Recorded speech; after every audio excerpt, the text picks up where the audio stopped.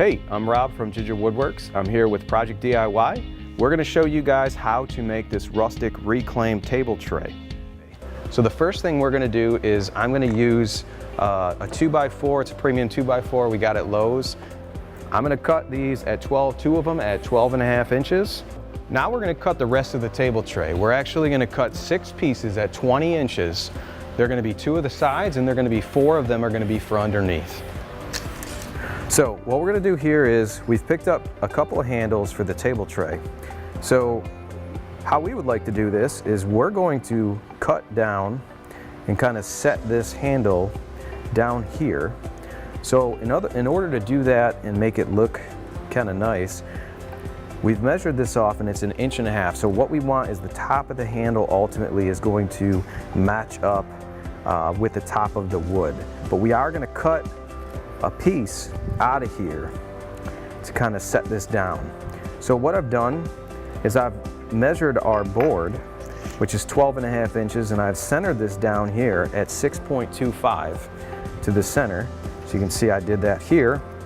And then I came down a little bit short of 1.5 inches, which is basically the height of this handle, so that when we draw our outline to cut on the bandsaw or with a jigsaw, that we're going to be able to drop this down here just like that. So the first thing we're going to do is I'm actually going to make a couple relief cuts. So I'm going to come straight down here. I'm also going to come in kind of at an angle right here. That way when I start to cut this, we're going to have pieces come out and it's going to allow a smoother cut. So now what we did was we clamped the 2 ends of the table tray down.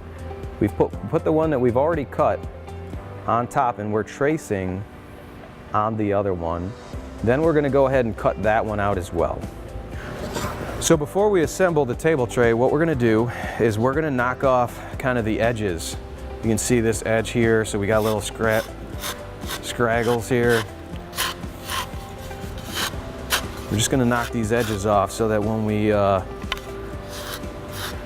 assemble this table tray, none of those pieces are kind of stuck on the edges in between the joints. So we're going to go through and we're going to do that on all of the edges. With the 60 grit, we've got a 60 grit premium gator sponge. It's going to really allow us to do that quick. Go through, kind of flip it. Obviously we're going to do some more sanding, but before we assemble this, we want to knock those edges off. So we're going to countersink, pre-drill countersink for our screws on either side. What I like to do is I like to set these up and put this here so that everything is nice and level and even. I'm going to do the same thing on this side as well. So now what we're going to do is we're going to attach these sides to the table tray. Got it nice and tight. Use those holes that we've already pre-drilled and countersunk.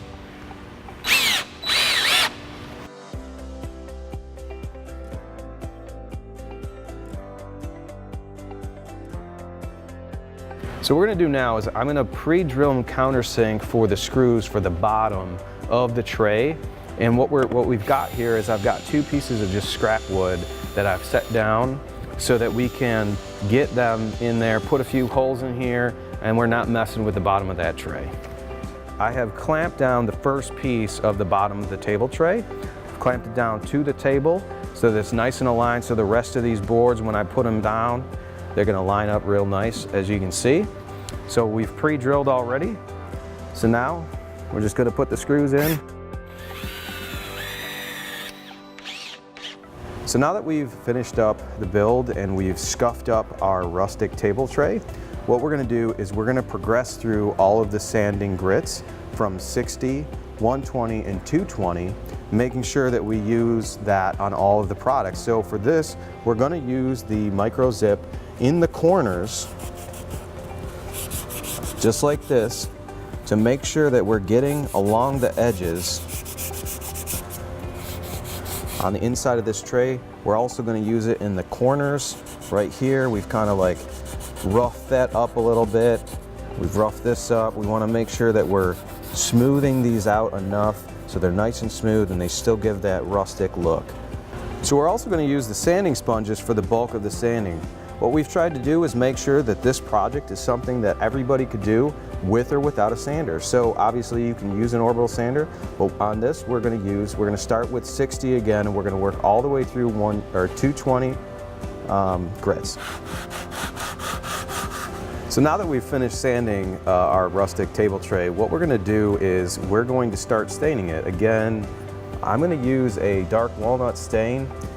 The reason that I'm selecting the dark walnut stain is because we have taken the angle grinder and I have scuffed it up to give it that reclaimed look, and this dark walnut stain is going to make those scuffs really pop. So as you're going to see, I'm going to start in the corners just to make sure that we're getting all of that stain deep into those corners and along the edges on the inside of this table tray.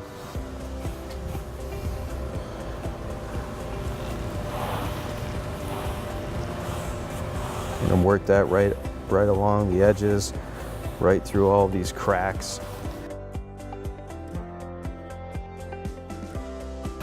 As you can see, as we stain this,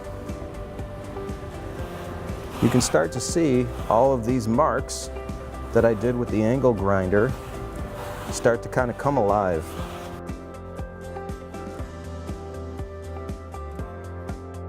One of the tips also is when you use the angle grinder and you get these gouges, you want to make sure that you get those gouges first, and then you kind of wipe off the excess stain so that after you're done, you don't have any of the stain kind of dripping down and causing unnatural dark spots. I'm always coming back with the back end of my staining pad to make sure that I'm cleaning off that extra stain so that it doesn't again cause unnatural dark spots. So now that we've finished staining our tray, what we're going to do is we're going to add our handles.